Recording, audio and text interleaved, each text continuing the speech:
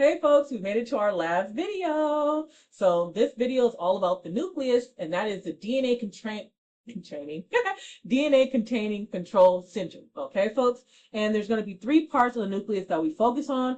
First is going to be the nuclear membrane. So that's going to be surrounding the actual nucleus, because yes, this is a membranous organelle. That means it has a plasma membrane. And then we're going to be focused on the nucleolus. And then finally, we're going to focus on how that DNA is pulled inside of the actual nucleus. And that is going to be chromatin. So if I look at this cell here, I can see the nuclear envelope, I can see the nucleolus here in the middle, and I also see all the chromatin that is surrounding that nucleolus. Since we're talking about the nucleus and it has these three different parts, you can see it as one little entity here, or again, we're going to talk about each individual piece and the functions for each piece. But nuclei are going to be central to all cells except mature red blood cells. Okay, mature red blood cells do not have a nucleus. Everything else, it does have a nucleus. Most of the time, it is central to the overall cell, but it can be in different areas. Most of the time, it's central. Okay? Now, again, the different parts are going to be the nuclear envelope, nucleolus, and the chromatin. So let's go ahead and talk about that. Now, the overall function of the nucleus itself is to be the command center of the cell. That means every protein that needs to be figured out, every piece of the actual cell that has any issues and needs to be told that it has issues so it can be replaced. That is what the overall nucleus is going to be able to do. And how does it do all this stuff? Well, it houses DNA. Deoxyribonucleic acid. Again, it's a nucleic acid that you, of course, would have learned about in chapter 2. And this nucleic acid holds all of our genes, and those genes are the actual map to help us create proteins. And since there's so many proteins in the body, that means there's definitely a lot of genes to create those proteins as well. And it's all packaged in this nucleus. So you might be saying, how is that DNA, that double helix, how that double helix is going to be packaged in the actual nucleus? That's where chromatin comes in. Okay? You can think of it as our genetic library. That's all the necessary information needed to be able to move forward and produce those particular proteins or whatever the actual cell needs. Also helps with development. Okay? Now, when I told you about the nucleus itself, I told you that all little areas here are the chromatins. So that is a lot of DNA. So all of it's going to be coiled around, proteins called histones. And that's how we're able to package it into that nucleus itself. So this is inside the nucleus. It's in all nucleated cells. We want to keep that in mind. And not only is it a genetic library, it's going to store and organize genetic info. So like we can see, the chromatin is going to help us store the DNA, which has the genetic info in it. Now, of course, you might be thinking to yourself, well, what happens if our chromatin has any kind of issue? Number one, you might be thinking automatically you're going to have a genetic disease. Why? Because we're dealing with the genetic library. And the genetic disease, that's a huge statement. That's really has a lot of disease under its umbrella. But you also can think of having, cancer if you have issues with your genetic library or your chromatin, intellectual abilities, like if you ever heard Fragile X syndrome or any kind of developmental issues, that's going to be coming from the chromatin. Okay?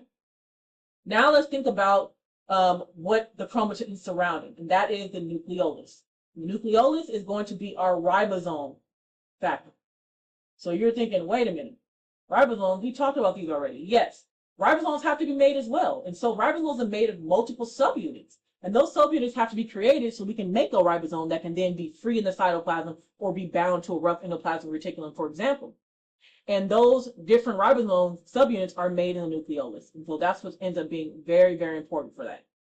Now, that means if you are thinking of the nucleolus and you're like, okay, well, if I have the nucleus, I need my nucleus to be in cells that are definitely going to be high protein producing cells, because I need them to be able to make the ribosomes. And if ribosomes are all about helping produce proteins, well, I need a bunch of nuclei there. So let's keep that in mind when we're talking about maybe muscle cells, for example.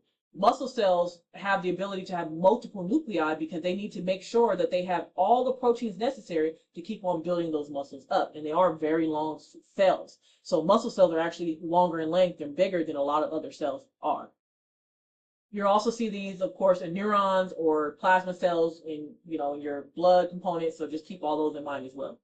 Now, if I'm thinking of some type of disease, of course, cancer comes to mind. If cancer is going to affect everything here, right? But also, let's think of aging.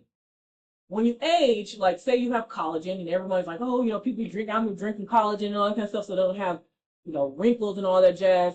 But really, aging is a part of the overall process of life, right? This is what happens as you go from a young child, as you get older and older and older. But a lot of it has to do with the nucleolus as well, because the nucleolus is there to build proteins, and collagen is a protein. Then the decrease in that production of collagen has to do directly with the nucleolus. Now, sometimes it can decrease to the point where now you're out of homeostasis and you get more and more wrinkles and you degrade over time, which is the goal of being human, an organism, right, with life. But that decrease in protein synthesis means that there are no ribosomes, there's no proteins, and that comes from the nucleolus. So we want to keep that in mind, okay?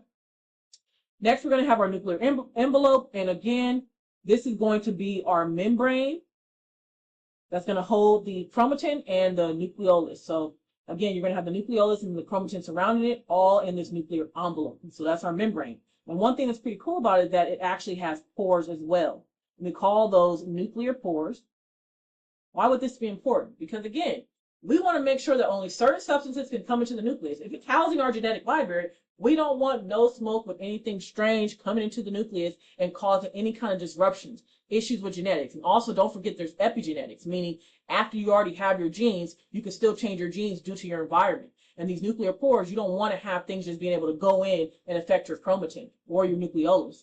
So yes, there are nuclear pores that's going to do exactly what you've seen from the plasma membrane and say, hold up, what can come in, what can come out. Okay, folks? And so that's really like the purpose of this nucleus. Okay, so remember, it is the control center. It's going to house DNA. It's going to help us make sure we can control protein synthesis, how many proteins are made, what type of proteins are made due to our chromatin. And also, we can start controlling reproduction as well and cell growth. And the beauty of DNA, that again is pulled around in this chromatin here, is that it has the ability to, create its own cell division. It can divide and make more DNA that may have been damaged. And that is going to be DNA replication. So there's so many details about what DNA does. And hopefully if you go up higher, you get into biochemistry, or again, you take a general biology course, then you'll get a lot more details about the nucleus itself. That is the end of the information we are responsible for chapter 3 for our course. So hopefully these videos help you.